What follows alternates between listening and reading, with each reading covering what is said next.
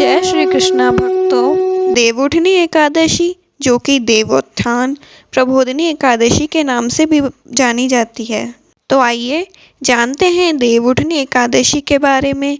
इसका क्या महत्व है, इसके व्रत को करने से क्या लाभ मिलता है। जय जय श्री राधे। इस दिन भगवान विष्णु 4 महीने की योग निद्रा से जागते हैं। इस दिन से सभी शुभ कार्य शुरू हो जाते हैं। विवाह, गृह प्रवेश, मुंडन, उपनयन जैसे मांगलिक कार्य इस दिन से शुरू हो जाते हैं। इस दिन भगवान विष्णु की पूजा की जाती है और व्रत किया जाता है। इस दिन भगवान विष्णु को पीले वस्त्र और फूलों से सजाया जाता है। इस दिन तुलसी और शालिग्राम का विवाह भी किया जाता है।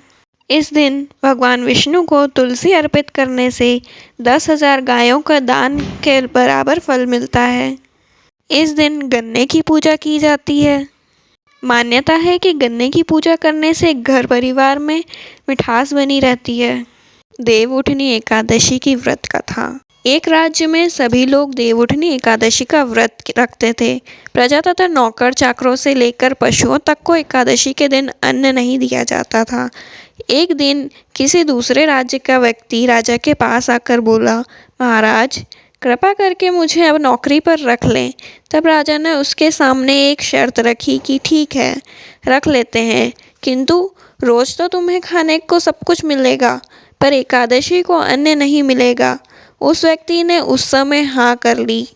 पर एकादशी के दिन जब उसे फलाहार का सामान दिया गया तो वह राजा के सामने जाकर गिड़गिड़ाने लगा, महाराज, इससे मेरा पेट नहीं भरेगा, मैं भूख से ही मर जाऊंगा, मुझे अन्न दे दो।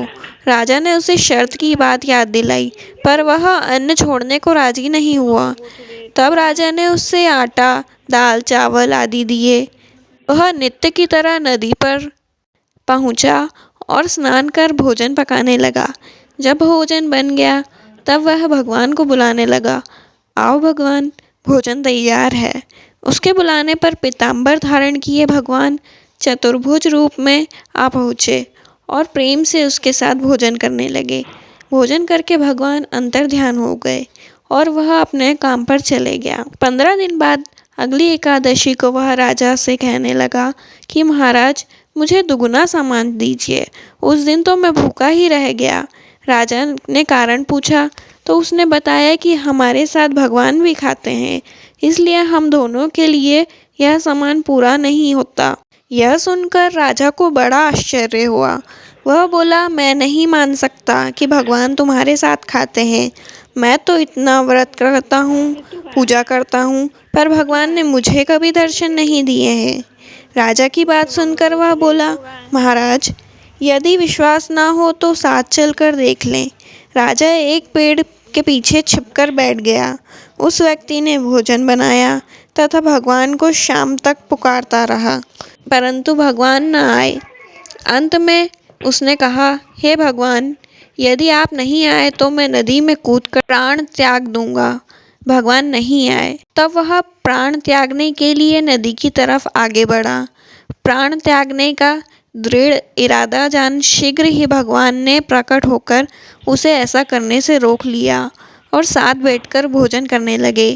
खाना खाकर वे उसे अपनी विमान में बिठाकर अपने धाम ले गए। यह देख राजा ने सोचा कि व्रत उपवास से तब तक कोई फायदा नहीं होता जब तक मन शुद्ध ना हो। इससे ज्ञान मिला। वह भी पूरी निष्ठा से व्रत उपवास करने लगा और अंत में स्वर्ग को प्राप्त हुआ। एक बार फिर से आप सभी को देवउठनी एकादशी की हार्दिक हार्दिक शुभकामनाएं। भगवान श्री हरि आप सभी पर कृपा बनाए रखें।